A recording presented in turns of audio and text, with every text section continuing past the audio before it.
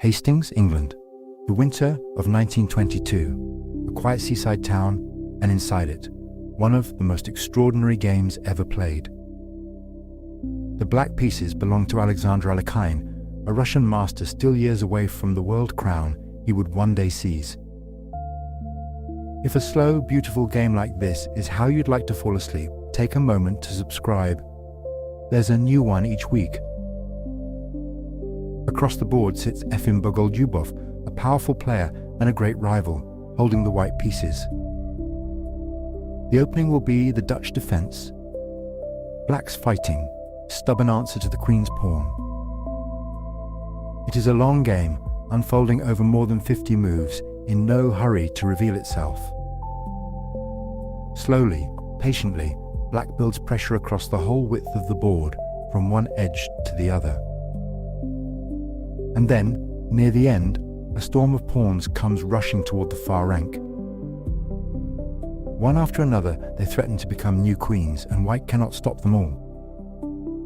The combination is so rich, so deep, that it is often called Alekhine's finest achievement. Close your eyes now, and let the board take shape in the dark 64 squares, the pieces waiting in their places.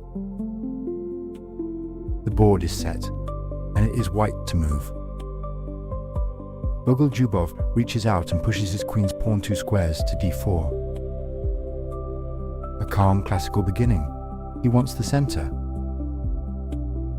Alekhine answers not with symmetry, but with a small act of defiance. His f-pawn goes forward to f5.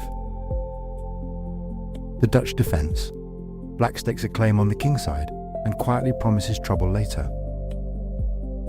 White broadens his grip, the c-pawn to c4. Black brings out a knight from g8 to f6, eyeing the center squares. Now White chooses a gentle modern plan.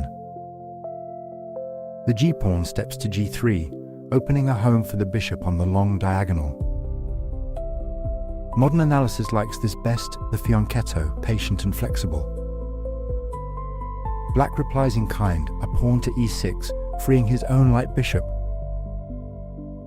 White's bishop slides out to g2, and there it settles, gazing all the way across the board.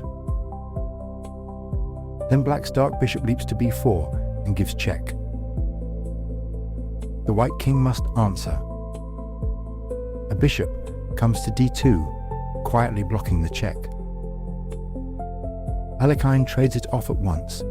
His bishop captures on d2, check again. And White recaptures, the queen's knight taking on d2.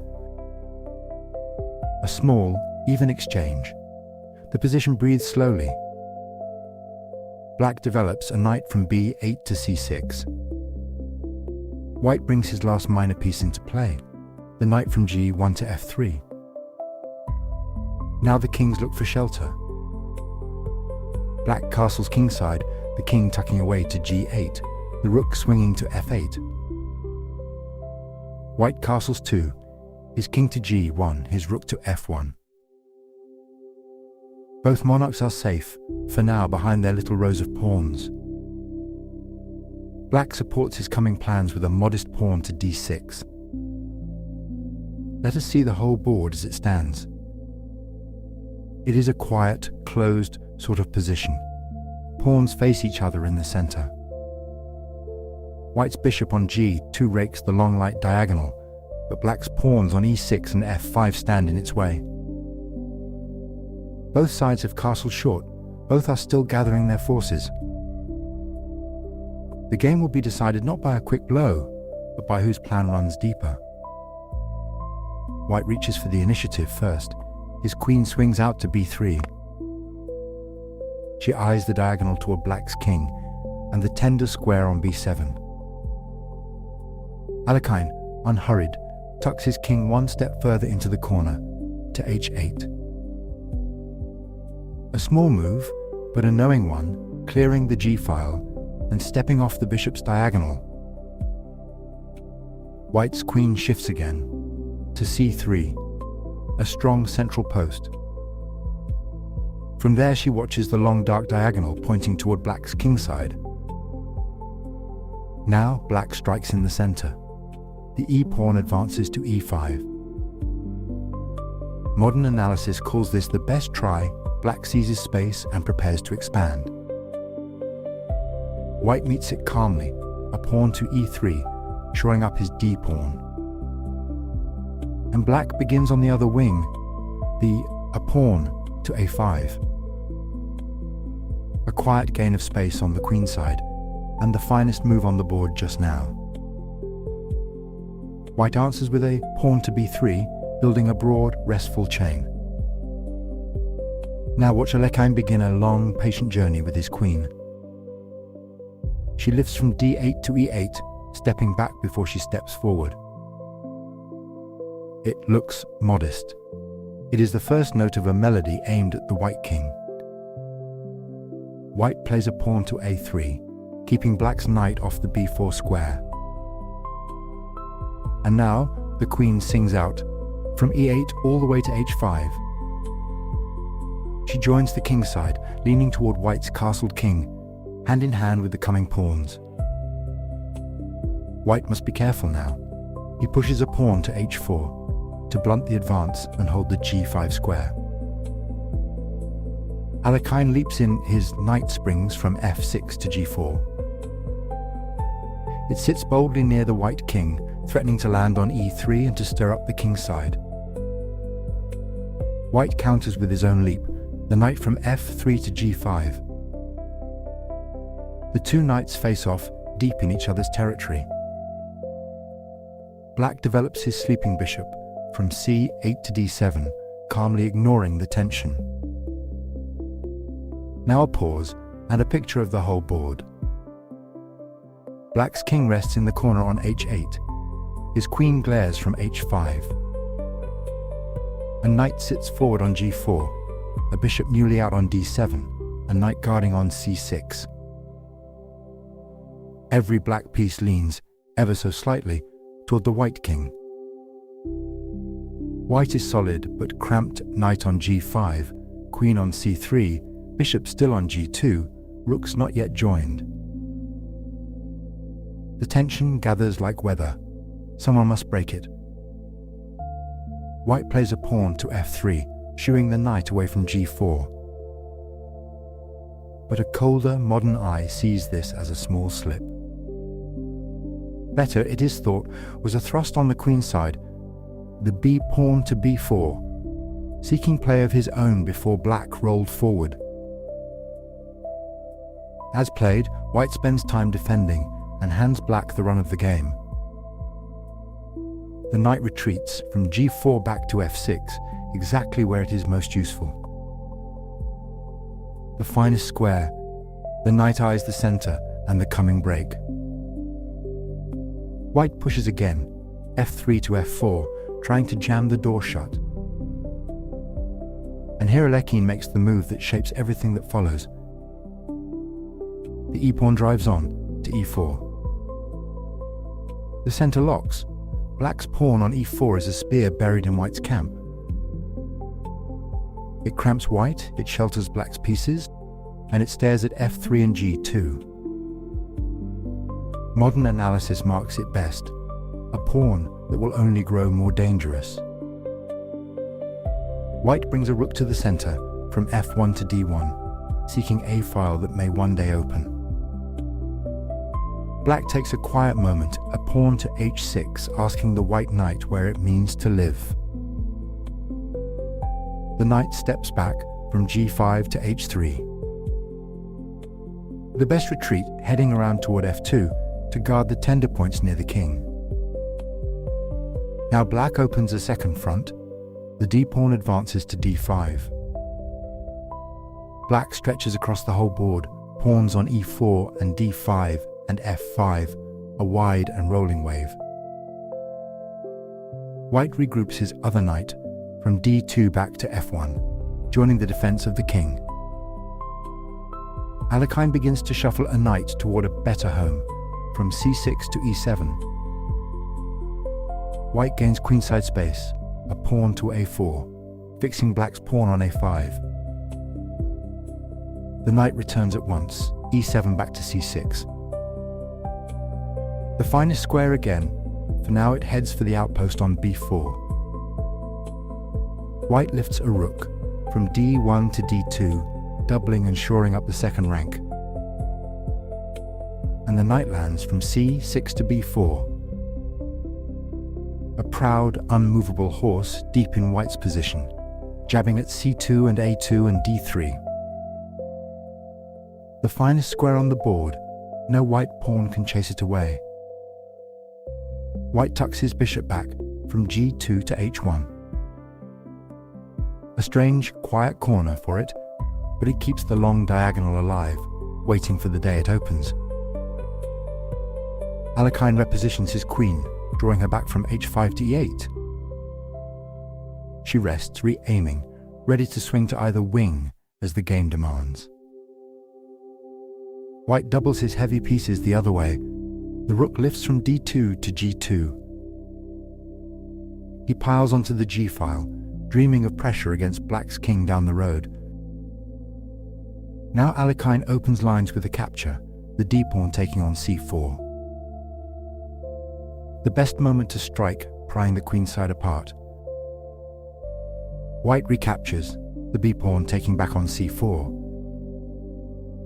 The finest reply, holding the pawns together. And now a small sharp gain. Black's bishop swoops from d7 to a4, snatching the pawn there. It slips behind white's lines and takes on a4, a clean pawn in hand. The best move, and the surest. Black is now a pawn to the good, and still pressing. Let us see the whole board once more. Black's forces coil around the white king, a knight anchored on b4, a bishop raiding on a4, the pawn spear on e4.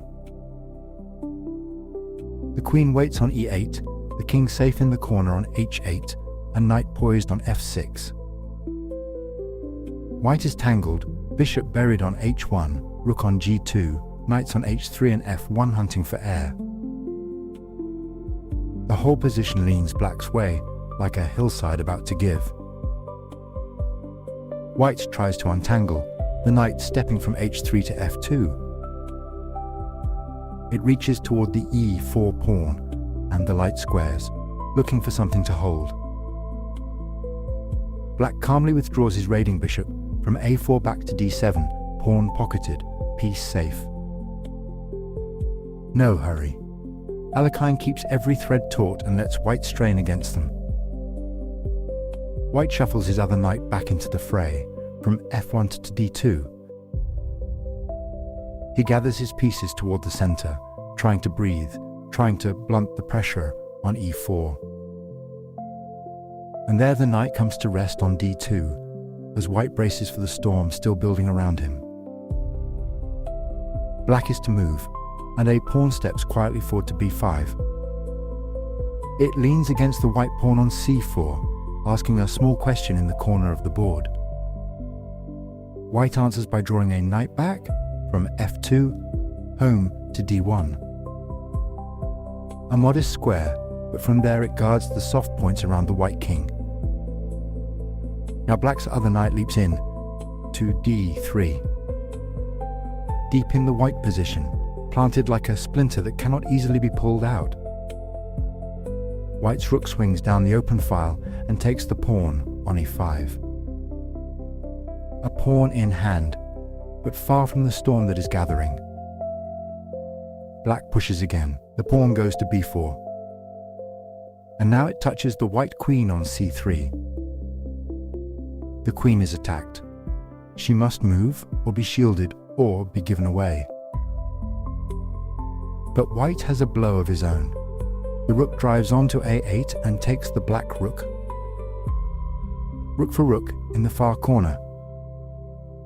Two players trading blows, each ignoring the other's threat, both racing. And here, the quiet, astonishing heart of it. Black does not save the queen. Black does not recapture the rook. The little b pawn simply takes. It captures the white queen on c3. A pawn swallowing a queen and standing now on c3. Look at what hangs in the air.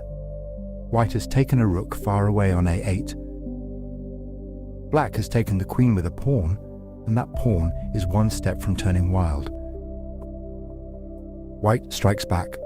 The rook slides from a8 across to e8 and takes the black queen. Queen for queen, rook for rook, the great pieces falling away like leaves. But the pawn on c3 does not care. It steps to c2. One square from the last rank. One square from a crown of its own. White's rook, still deep in black's camp, takes the rook on f8 with check. The black king answers, stepping aside to h7. Now white turns to the runner. The knight comes to f2, trying to weave a net around that c-pawn before it can promote. Too late. The pawn reaches the final rank and becomes a queen on c1 with check. From nothing, a pawn has crowned itself, and she strikes along the first rank at the white king. White blocks. The knight drops back from d2 to f1, filling the gap. The king breathes, shielded for the moment. Black brings the other knight into the fire from d3 to e1. It eyes the rook on g2 and crowds the white king in his own corner. The rook slips out of reach up to h2. And black's new queen reaches out and takes the pawn on c4. White's far rook goes hunting, sliding across to b8. Black offers a shield. The bishop comes to b5. White takes it, rook captures the bishop on b5. And black takes back, the queen recapturing on b5. Let the board settle in your mind for a moment. White's king sits in the corner near g1, guarded by knights on f1 and f2, a rook on h2, a bishop still resting on h1. His pawns hold the middle and the king side, d4, e3, f4, and the marching g and h pawns. Black has a queen on b5, a knight deep on e1, another on f6, and loose pawns on c7, e4, f5, g7, and h6. Two queens have already come and gone. What remains is a knife fight in the endgame. White pushes a pawn to g4, striking at the black pawn on f5. Black answers with a sting. The knight springs from e1 to f3 check. It sits right in front of the white king, unwelcome and close. White takes it at once, the bishop swinging from h1 to capture on f3. And black recaptures with a pawn from e4 onto f3. A black pawn rests on f3 now, right against the white king's door. White's g-pawn takes on f5. Black's queen glides to e2, deep and menacing. She ties white down, one step from the back rank. White has runners of his own and pushes the d-pawn to d5. The black king takes a cautious step from h7 to g8. White's h-pawn rolls on to h5. And the black king returns back to h7. White pushes in the center the pawn to e4. Black's knight snaps it off from f6, taking on e4. White's knight takes the knight from f2 onto e4. And the black queen takes the knight in turn, capturing on e4. The pieces keep vanishing, 2 by 2. White's passed pawn surges to d6. Black's c-pawn takes it from c7 onto d6. White pushes the other runner, the f-pawn to f6. Black's g-pawn captures it from g7 onto f6. See the board thinning now toward its end. White has a king near the corner on g1, a rook on h2, one lone knight on f1, and two pawns pressing forward on f4 and h5. Black has a queen on e4 commanding the center, a king on h7, and pawns on d6, f6, f3, and h6. The white king is bare, and that black pawn on f3 creeps ever closer. White tries to trade the danger away. The rook drops back from h2 to d2. Black slides the queen to e2, offering her up. It is not a gift, it is the cleanest road home. White takes, the rook captures the queen on e2, and the pawn takes the rook from f3 onto e2. Now that black pawn on e2 is one square from a crown, guarding nothing but its own ambition. White's king rushes over to f2 to stand in its way. But the pawn takes the knight on f1 and becomes a queen with check. A second time tonight, a humble pawn turns royal. The white king simply takes her, capturing on f1. And the smoke clears. What is left is bare and hushed, kings and a handful of pawns. White, a king on f1, 2 pawns on f4 and h5. Black, a king on h7 and 3 pawns, d6, f6 and h6. 1 pawn more for black, and the d-pawn stands alone on its file, with nothing white to stop it. That lone passed pawn is the whole story now. The black king sets out for it, stepping from h7 to g7. White's king marches to meet the danger to e2. Black's king comes on to f7. White climbs to e3. Black's king reaches e6, shouldering toward the center. White's king steps up to e4, the two of them almost eye to eye. And here is the last quiet blow. Black pushes the pawn to d5, a check. The white king stands on e4, and the pawn on d5 now attacks him. He cannot take it. The black king on e6 guards that square. So the white king must give way and step back.